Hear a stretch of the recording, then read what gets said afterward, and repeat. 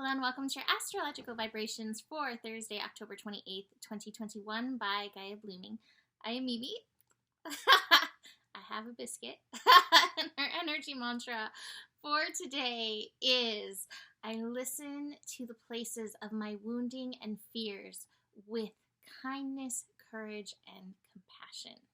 All right, so today we have the moon shifting into Leo, bringing out our inner kitten, bringing out our inner child, and also maybe spiking some ego. I'm definitely feeling some ego energy coming up for us to look at in this energy. The ego energy, which is kind of creating a barrier to this place of like the wounds and the shadows that we need to go into with Scorpio. And we may even have in our mind like, oh, I can't go there because I don't know what the reasons were. The reason popped in my mind and then popped right out. But we may have reasons built up, like trying to protect ourselves. Like, I'm not prepared for that, or, whatnot. Approach these energies, like I said in the energy mantra, with kindness and courage and compassion. And you will see that you will be able to move through these energies with so much beauty. This is part of the point of Scorpio season. And I'm telling you, we want to work this energy now, and it will be so liberating to do so. My kitten friend is back. So today we have, like I said, moon shifting into Leo, inner child energy. I do have the play card, making time for play, and checking our ego, because ego come right along with that inner child. One of the things that we do have today, which is lovely, is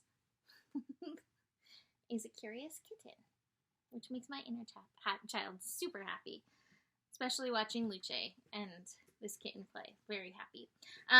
Venus and Jupiter connecting in a sextile. So they're brightening each other's lives, so to speak, with this energy. Now, it is 22 degrees, master level degree. I do have the master card.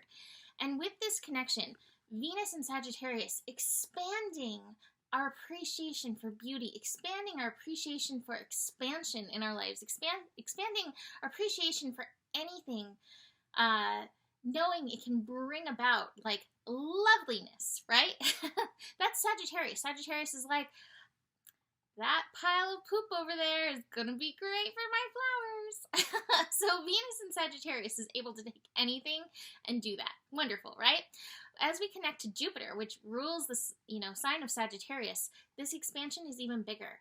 Now, what I'm feeling with this connection, the sextile, is a phrase that came about when I was listening to Khufu one time. I used to go to a spiritual teacher named Khufu when I lived in San Diego, and he expanded my life in so many wonderful ways.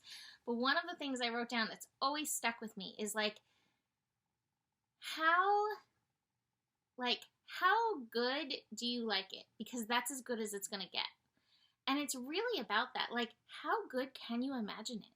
Because Jupiter in Aquarius is like, put the vibe out there, put the vision out there. And Venus in Sagittarius is like, yeah, do it. Think big, think bigger. Knocking over everything as I get exaggerative with this. And it's 22 degrees. So the universe is asking us, how good can you get it? Now, this is, again, might be where the ego comes in, because the ego's like, that's too big. You don't need it like that. The ego sometimes, it's always like, it has like protection mode in some respects from us, like to live our like ultimate lives to align with soul. The ego's like, that's dangerous on this planet. And maybe it has been in some lifetimes, but this is a call to light up your vision. What is your vision of the future? Now, again, I know that with everything going on in the world, that can even be scary to even want to like envision. And yet that's part of our path through, to be able to hold that vision and keep working to align with it in knowing we are worthy of it, aligning with it vibrationally, aligning with it in our actions. And again, it is 22 degrees. It is a master energy. And this may be where you have to face some fears, because some people are afraid to dream big because they're so afraid of it not working. One of Joe's things that he says often is like, I block it out of my mind. Hope for the best, plan for the worst. And I just can't, the Sagittarius in me just can't get behind that. Because I feel like I spend too much of my time planning for the worst in that case, rather than dreaming big and working on that alignment. Now, this isn't to say that we should not be conscientious of things and, you know, prepared, but I feel like when we align, Spirit's like, psst, hey, do this. And we do those things rather than living in fear. And Scorpio's reminding us, face those fears because we don't want to live in it. We don't want to dwell in it. Now, speaking of Scorpio, we will have the sun and the moon squaring. So, moon in Leo, sun in Scorpio square. Again, feeling the ego come through on this as we're facing these fears and working on thinking, dreaming bigger, alchemizing these energies. We may find that energy popping up trying to block us. And again, its reason may be like, I have to protect my inner child. Like, I don't want my inner child to be disappointed. The inner child knows how to dream, and it is so important.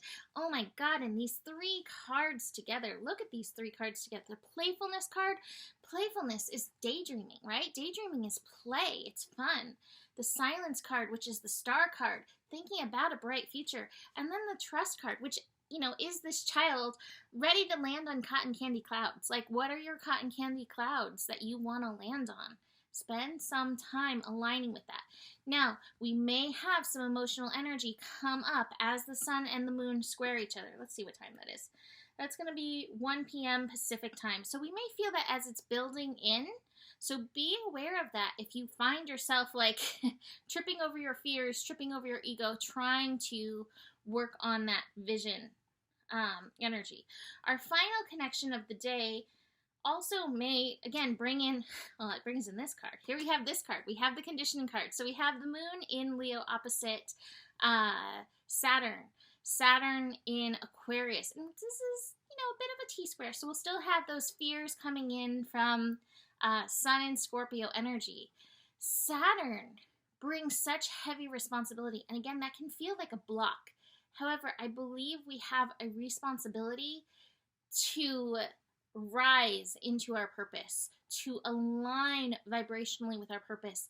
And for a lot of us, that picture is a lot bigger, me included. I get told this all the time. Think bigger. You're not thinking big enough. And I'm like, do what I can. And there comes like the ego that's like, what do I have to do that's more, you know? But Saturn, while we deal with Saturn in limitations, feeling like this, Saturn truly wants us to find and work that alignment. And I feel like society is the one that's kind of like, you know, throwing the lion in with the lamb, saying, you're a sheep, just be a sheep. And this is our work to liberate ourselves. Saturn in Aquarius, liberation. Liberate ourselves from those ideas and really align with this energy. Align with the star card. Align with our bright, beautiful futures. Whew. So I'm going to leave that here for today.